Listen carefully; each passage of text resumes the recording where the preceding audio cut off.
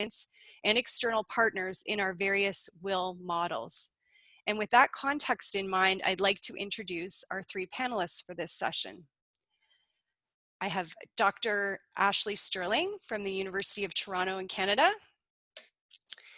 Associate Professor Eric Allenson from the University of Cincinnati in the United States, and Dr. Rolene Brink from the University of Johannesburg in South Africa. I'm going to start by asking each of the panelists to introduce themselves and to share a little bit about the context for the research that they're doing. Ashley, I'll turn it to you. Thanks, Judine, and thank you for this opportunity to be part of this panel today. My name is Ashley Sterling. I'm an Associate Professor Teaching Stream and the Vice Dean Academic Affairs in the Faculty of Kinesiology and Physical Education at the University of Toronto, Canada. And so in my role, I do a lot of research on experiential learning and work-integrated learning.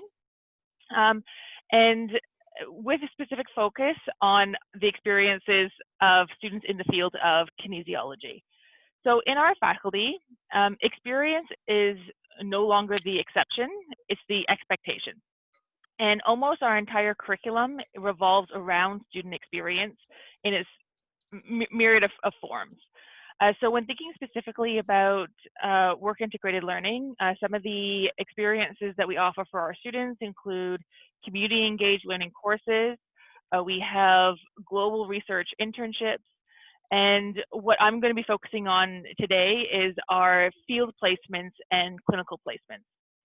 And so to give everybody a little bit of a context, we have both undergraduate and graduate students that participate in these placements.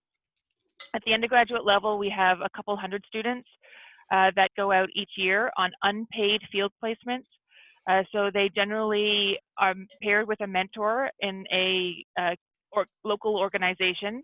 It can be something like a hospital site, it may be a research center, it may be a community center or a local school, where they might observe, assist, and contribute to the day-to-day activities of that organization as appropriate. It's all tied back to learning outcomes, and they do this as a part of a broader course on professional development. They generally participate in these experiences for about 5 hours per week over the course of the academic year, which is 8 months. And there's a heavy focus on, again, that mentoring relationship and that direct pairing with that individual. And so having the opportunity to shadow that individual and essentially transform what they've learned in theory in the classroom to practice in what we call a real world, I like to put it in quotes, organization. I think what's particularly relevant to this conversation and the COVID context, at the University of Toronto, all of our programs essentially shifted online in 3 days, starting March 14th. That day will go down in history. Including our placements. And so all of our placements shifted to remote delivery.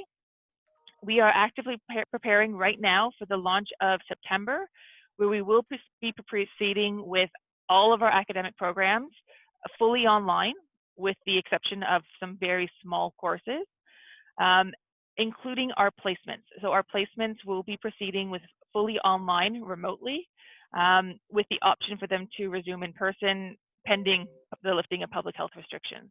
And so that's essentially where we're at right now logistically, and is informing some of the research that we are doing in this area at this time. Great, thanks, Ashley. Rolene, can we get you to introduce yourself and your context? Good afternoon or good morning, everyone, depending on where you are. Thank you very much, Judine, for the opportunity. I'm Rolene Brink. I'm from the University of Johannesburg. I am a senior lecturer in the Department of Applied Information Systems, and I am the Work Integrated Learning Facilitator in the College of Business and Economics. We serve about 50% of the student intakes of the University of Johannesburg in the College of Business and Economics. The subject that I'm currently doing the research on and is project-based learning. It's the third year's development software module at the University of Johannesburg. So the purpose of this module is to ingrain the students in the real world of software development projects. So in this projects, what the students will do is, the third year students is, we normally identify a problem within the industry and within the community. And then the students need to think about that problem and then come up with a software development solution for the problem. So that is quite challenging during COVID because we need to start looking at different ways of doing it. As a researcher, my niche area is the employability of the youth, because currently in South Africa, our unemployment rate is extremely high. It's about 53%, and that is only unemployed graduate students, the percentage.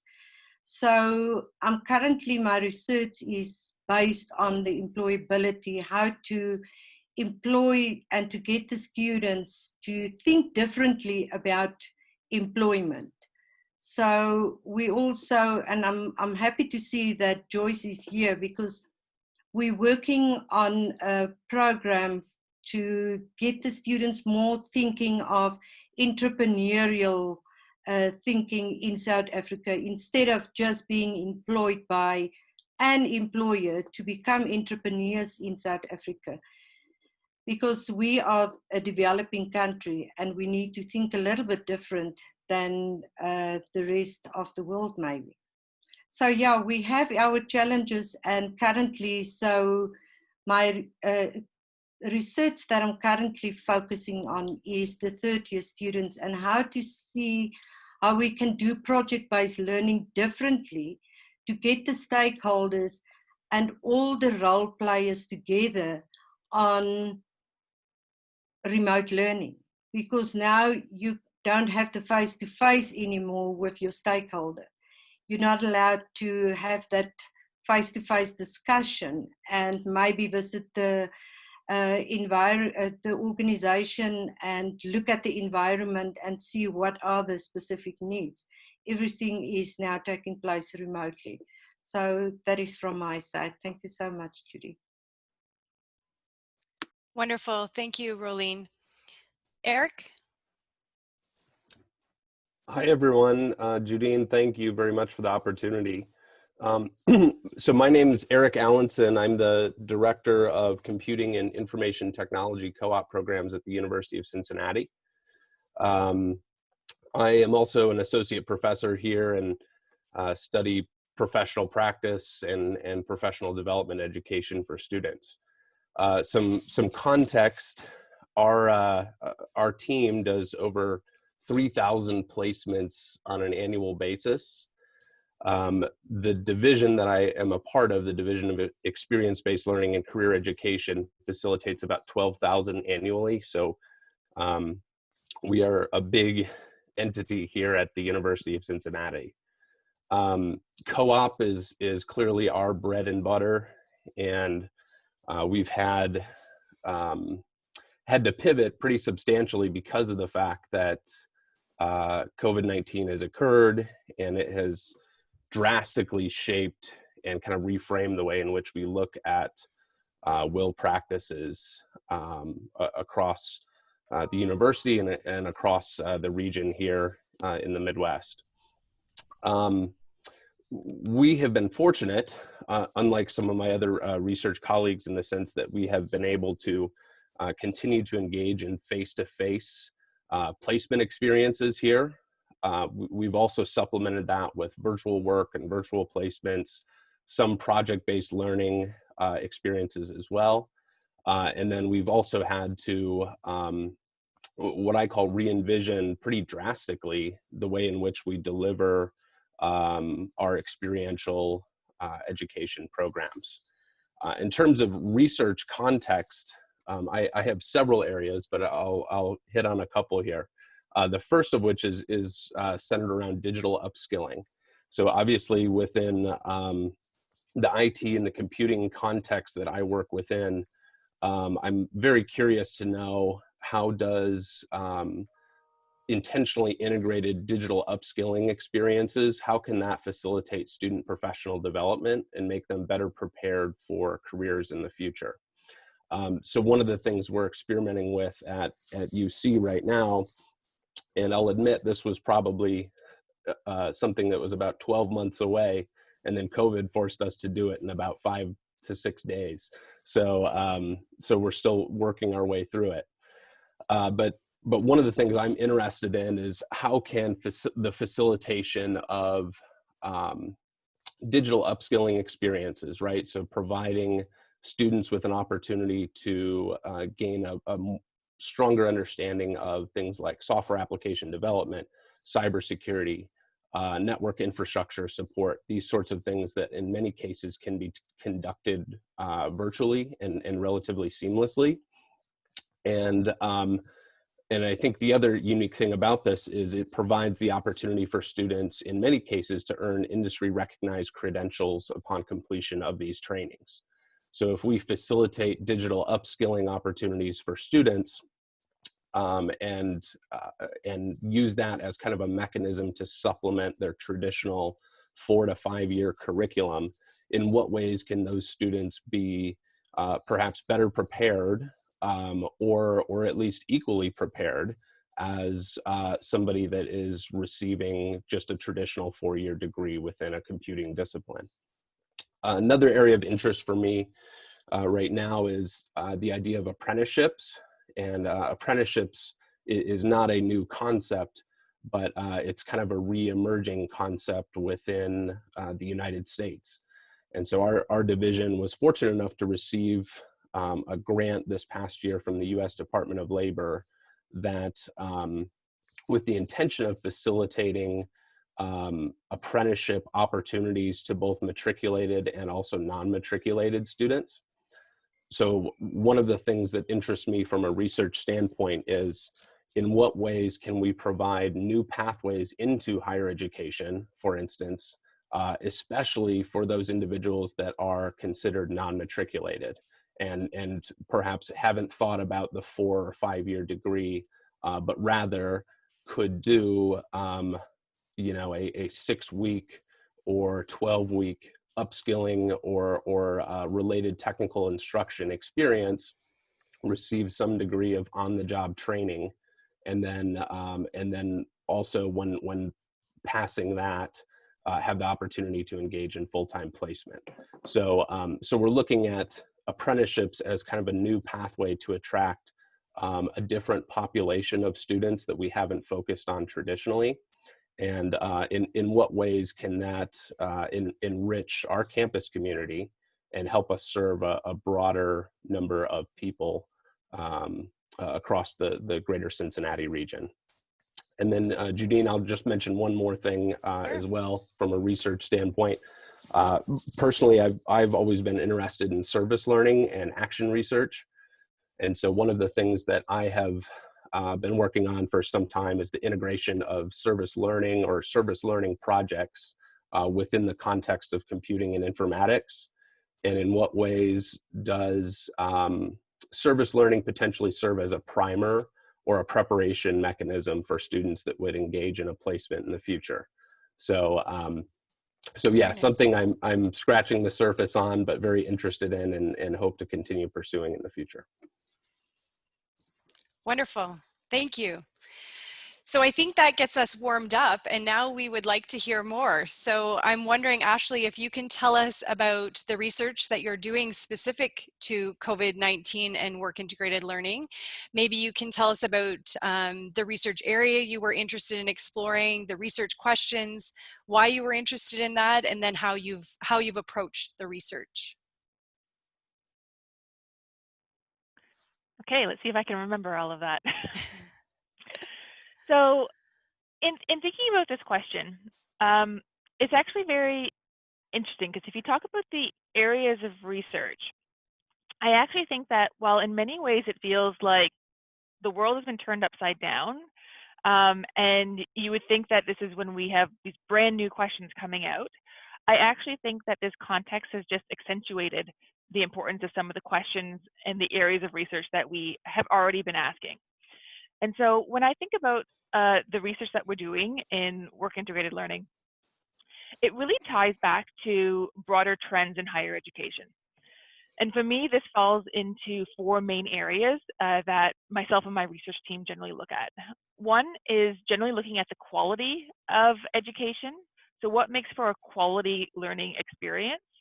And when it comes to experiential learning specifically, emphasizing that it's not just the experience itself, but what about that experience makes it educational, and how do we best structure and deliver it so that it is most effective for students achieving the learning outcomes that we want them to achieve through that experience. I would say that that's been a question that has been on probably everyone's radar here for years, but we've never had more attention than ever on the question of what makes for a quality educational experience than we do right now, when we're actually all transforming what education looks like, and traditions or assumptions about what a classroom must entail or what a credit must look like has been almost thrown out the window. And so this question, I actually would say, has long existed, but is more important than ever right now. And it's great the attention that this question is receiving more broadly. Another area I would say is in advancements. So whether that's new pedagogical approaches, advancements in technology. Again, this was kind of like a slow creep, and then now since COVID has hit, it's so what are technology? I don't think my learning curve has even been steeper in learning how to use different technologies myself, but specifically in how we actually embed technology in education. And I would say that in Canada, the college sector is well advanced compared to the universities. And so we at the University of Toronto, and in our faculty in particular, I've always felt are a little bit behind the ball in this, which is why it's been a particular question for me in the field of kinesiology. And again, this is also really salient at the moment. Two other big questions broadly, I would say the theme of equity, diversity, and inclusivity. So thinking about not just the quality of students' learning experiences, but making sure that they are safe and healthy, thinking about experiences of potential experiences of sexual violence potentially in the workplace, and avoiding and recognizing experiences of anti-Black racism. In our institution, the students are using the term anti-BIPOC racism to refer to Black, Indigenous, and people of color. And so again, another question that is extremely important, and we're having lots of conversations about. And the other broad bucket I would say is overall student health, wellness, and well-being. And that question, again, is also extremely important for us. Issues of student mental health are become quite an issue across Canadian institutions in higher education, and we've been particularly impacted by it at the University of Toronto.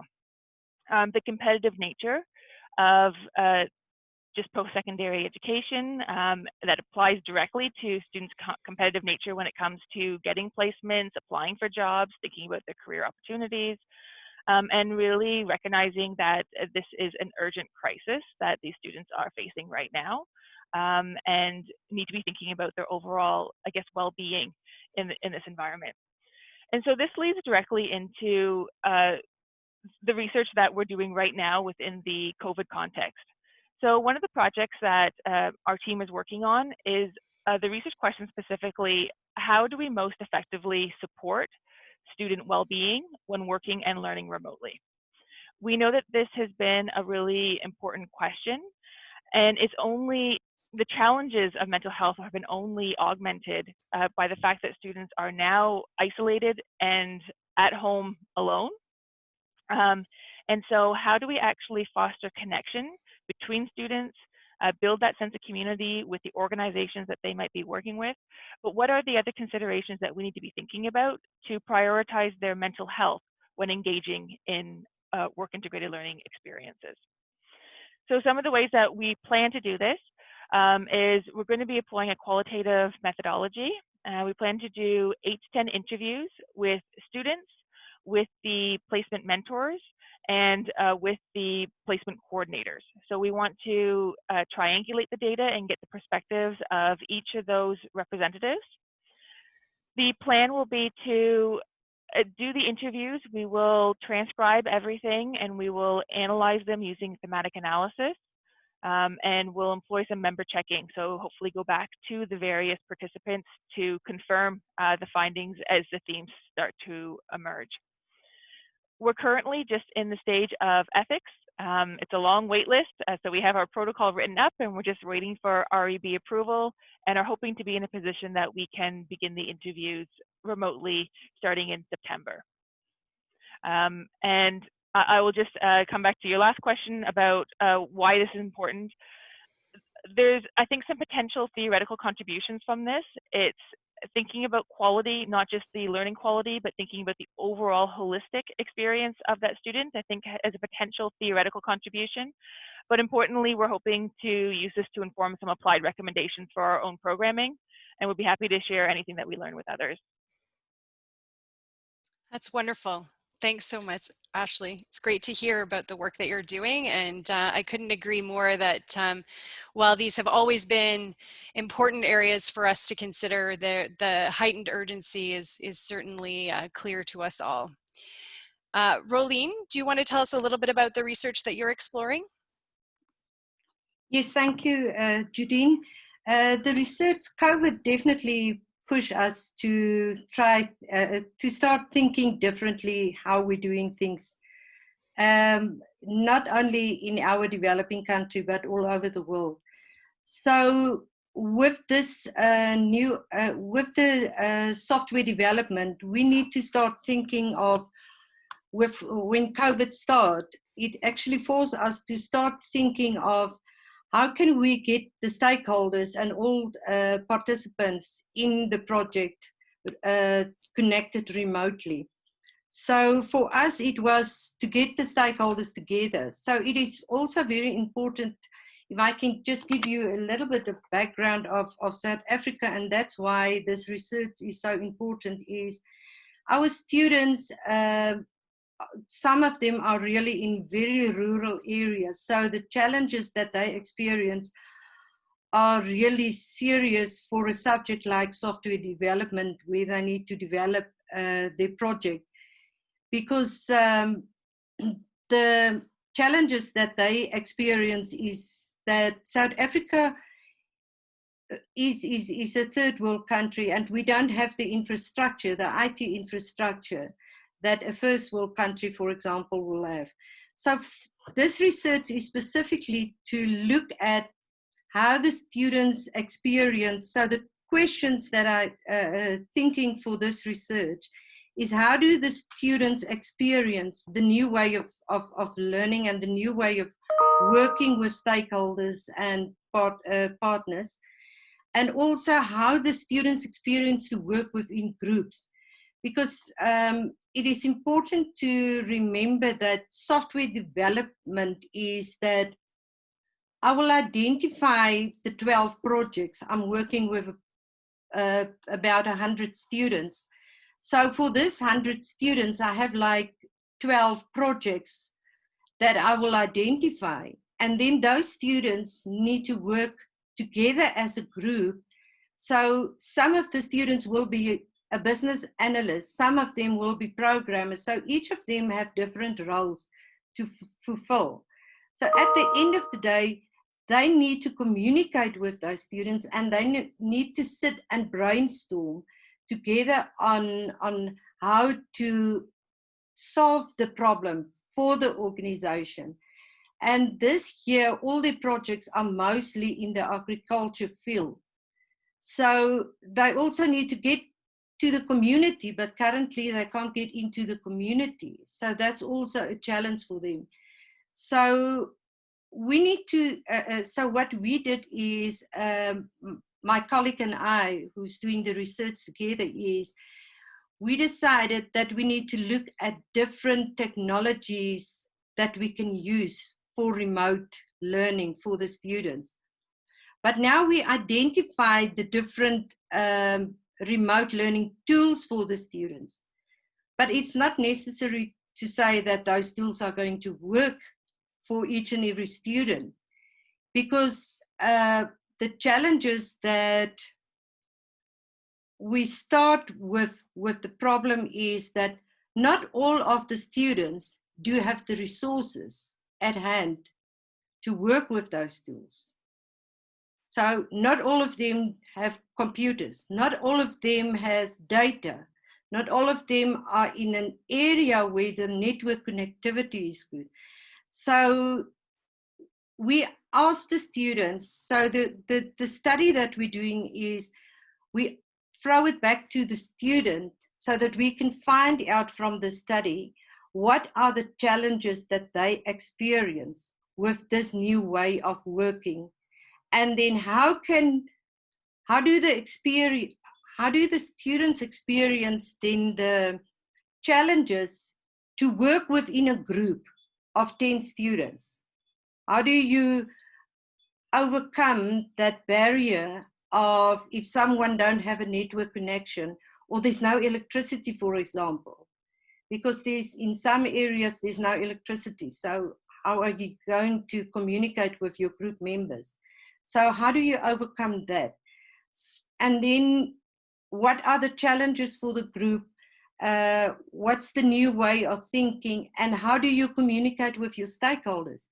Because one of the groups, the stakeholders are in New York. So we also sit with a different time slot between South Africa and New York, because if it's 2 o'clock in the afternoon with us in South Africa, then it's 8 o'clock in the morning at New York, for example. So they also need to think of that. The research method that I'm using for this research is qualitative.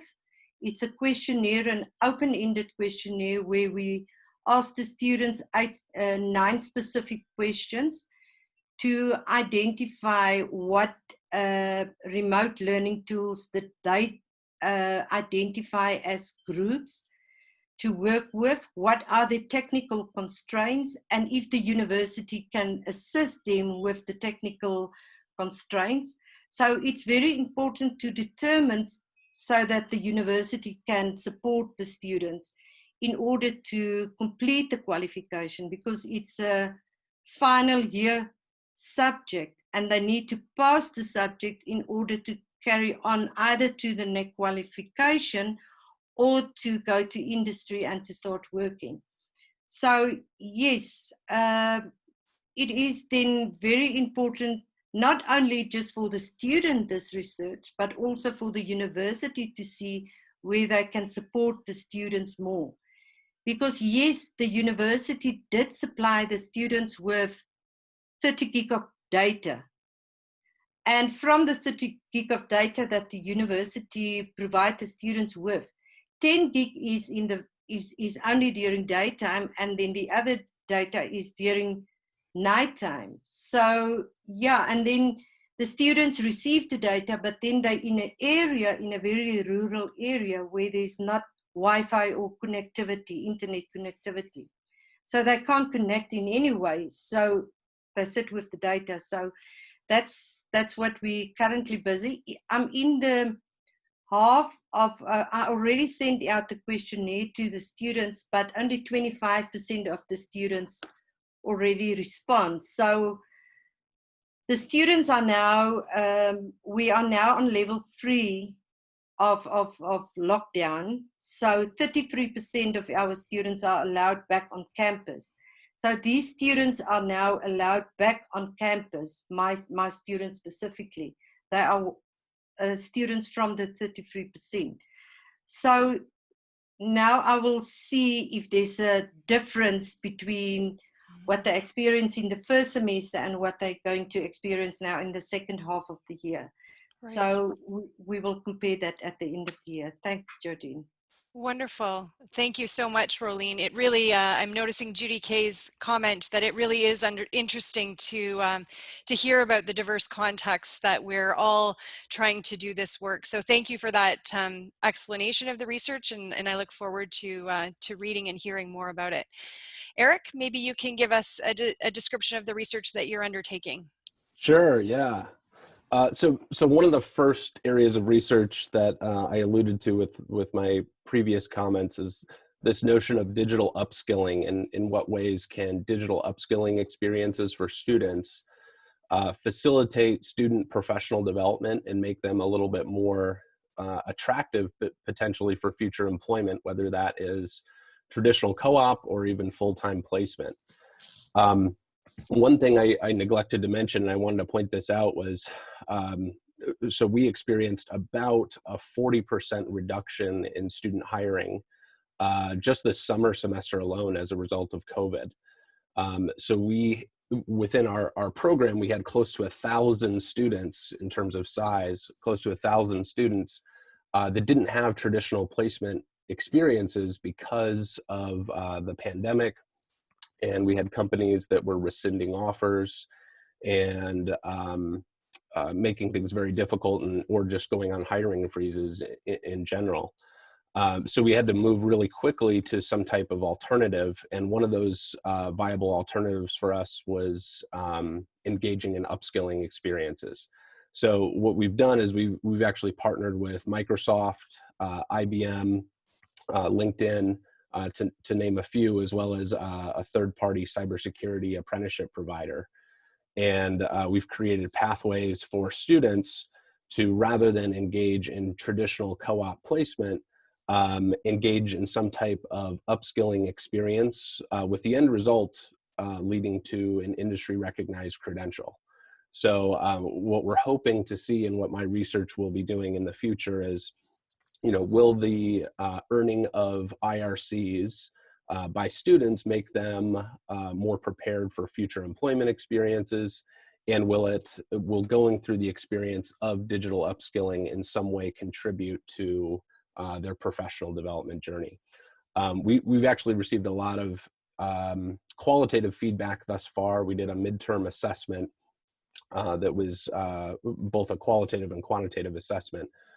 But we're surprised to see kind of the positive responses of students so far, recognizing the severity of the situation we're in, but the ability for them to gain academic credit for a lot of the credentials that they were wanting to obtain anyways, and perhaps didn't have the bandwidth or the space to engage in those while they're in the traditional 4 to 5 year degree. So essentially, we've created this space and this pathway for them to earn some of those IRCs and hopefully make themselves a little bit more employable for the future. The other significant research area is this idea of apprenticeships, and in what ways can, particularly apprenticeships within the IT sector, in what ways can we create viable pathways for underserved populations, or traditionally underserved populations? So again, mentioning, the University of Cincinnati, most of it really prides itself on 4 and 5 year traditional bachelor's degrees, as well as graduate level degrees in research.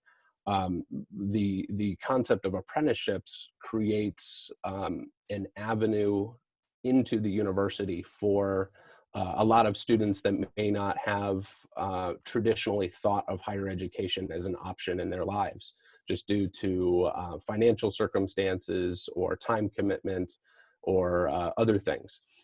And so we actually began, and we just launched our first cohort. We're leading a cybersecurity virtual apprenticeship program that is mapped to the industry credentials of Network Plus and Security Plus certifications. So the hope is, and this is kind of a sprint boot camp format, but the hope is within a 6-week curriculum, can we create a viable pathway for apprentices, for instance, to gain 2 different industry recognized credentials And will the earning of those credentials facilitate on-the-job training placement for them, and then hopefully a new career path? So, so it's a very interesting space to be in right now when apprenticeships aren't typically oriented around the computing sector, but we're really focusing in on that, and we've been able to fortunately leverage the virtual space we're in to conduct a lot of that training. So finally, I'll just mention methods here. We're doing longitudinal participant tracking. We're doing survey response data, both qualitative and quant. We're also getting industrial feedback from employer sponsors of apprentices, as well as individuals that hire students that earn the IRC credentials. And then we're also tracking and looking at pass-fail rates on IRC examinations. So in terms of overall importance, the thing that I think is very important with this type of research is, as we expand this umbrella of WIL offerings at UC, I see us creating, and maybe this is overly idealistic, but I see us creating opportunities where, regardless of circumstance, students can gain credit for experiential learning, right? They can do the traditional co-op model when that's available. They can do virtual digital upskilling if that is something that they think can contribute to their professional development, or they can engage in apprenticeship sprint pathways with the intention of obtaining employment upon the conclusion of those trainings. So, so yeah, I'm looking at it from a broad umbrella and us expanding our portfolio of offerings. And my hope is that we just continue to facilitate and reinvent WIL so that we have greater chances for students, regardless of their professional aspirations. Wonderful. I'm really excited to hear that you're incorporating a longitudinal aspect to that, so that that we know over time the impact of some of these really interesting initiatives that I think we're experiencing at Waterloo as well, with timelines being sped up on projects that were certainly on our radar and on our wish lists, but how can we speed those up to take advantage of some variety and flexibility for our students. We're going to switch to a Q&A in a minute.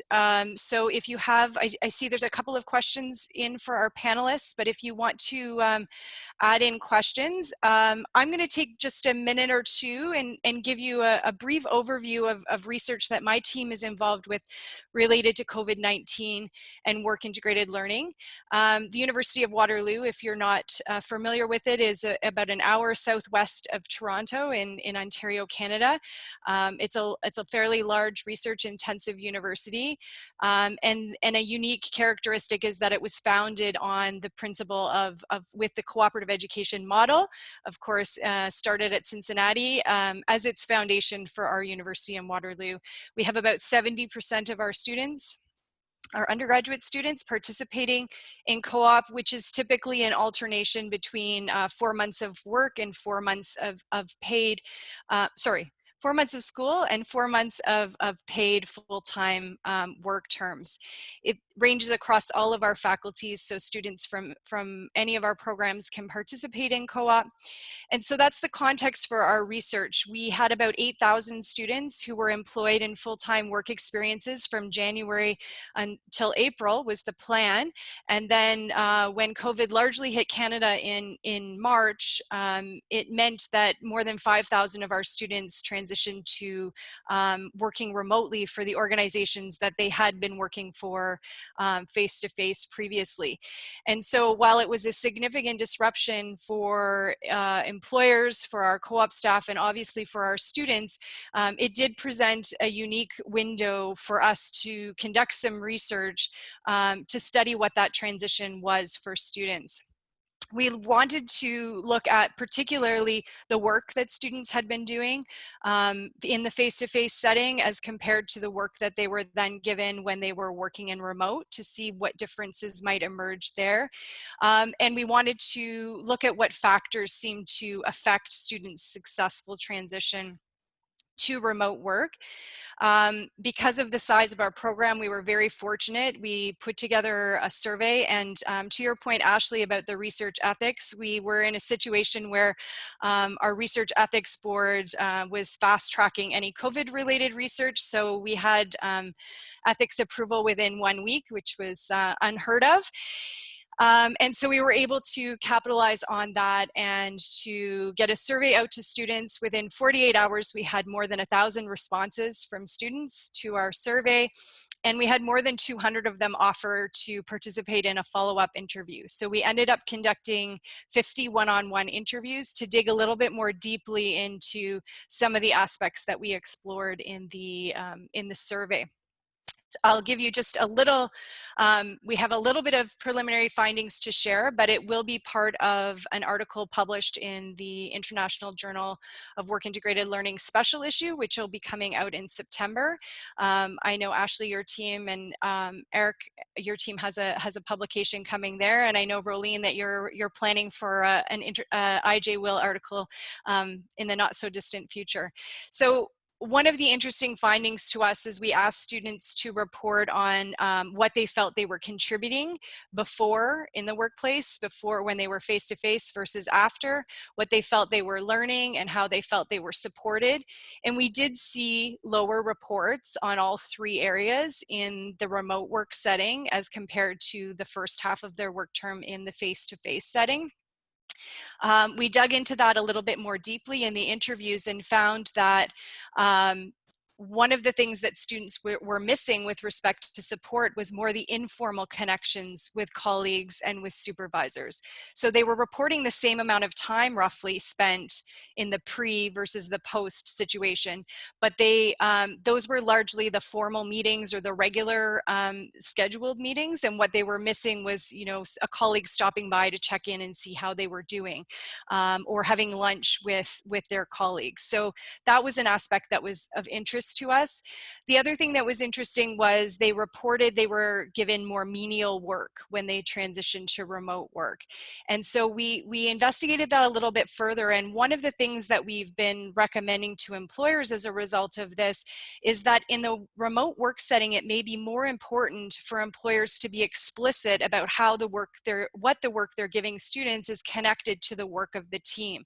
In a remote setting, it may be more difficult for students to understand the connection between the work they're doing and what the goals are for the team and the organization. One last thing I'll comment on is that we asked students to provide advice to fellow students on navigating this remote work setting. And one of the things that was interesting to me was how they highlighted the importance of having a positive mindset. So to your point, Eric, about students being positive about what they can take from this situation.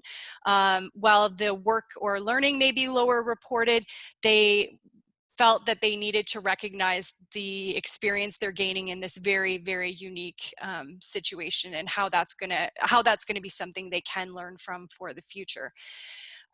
They also reported the importance of initiative. So in a face-to-face setting, it may be easier for them to raise up their hand and say, oh, I could help with that project, or, oh, could we grab a coffee so that I could hear about your career path.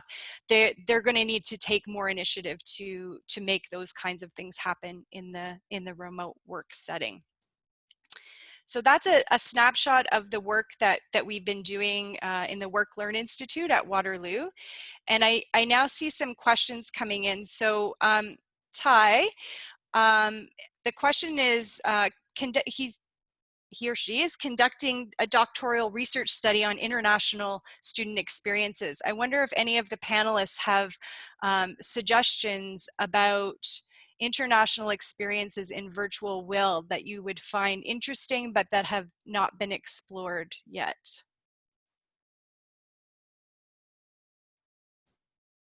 Do you have suggestions for Ty? I'm happy to jump in here. Ty, I think that's a really interesting question. I think one of the things that I've been remarking on and just hearing the other panelists is how there's a lot of similarities of what we're all going through when we talk about transitioning to remote WIL, but also there are some major cultural differences. And I think that is an opportunity to recognize those cultural differences and how WIL might mean different things in different contexts, and in turn what remote WIL might mean, and what some of the challenges and opportunities for students might be, and how they may be experienced differently around the world, and how in turn in understanding difference we can actually learn from one another. And so I think that there's a real opportunity there. I think we are more connected globally than we've ever been before because of the technology.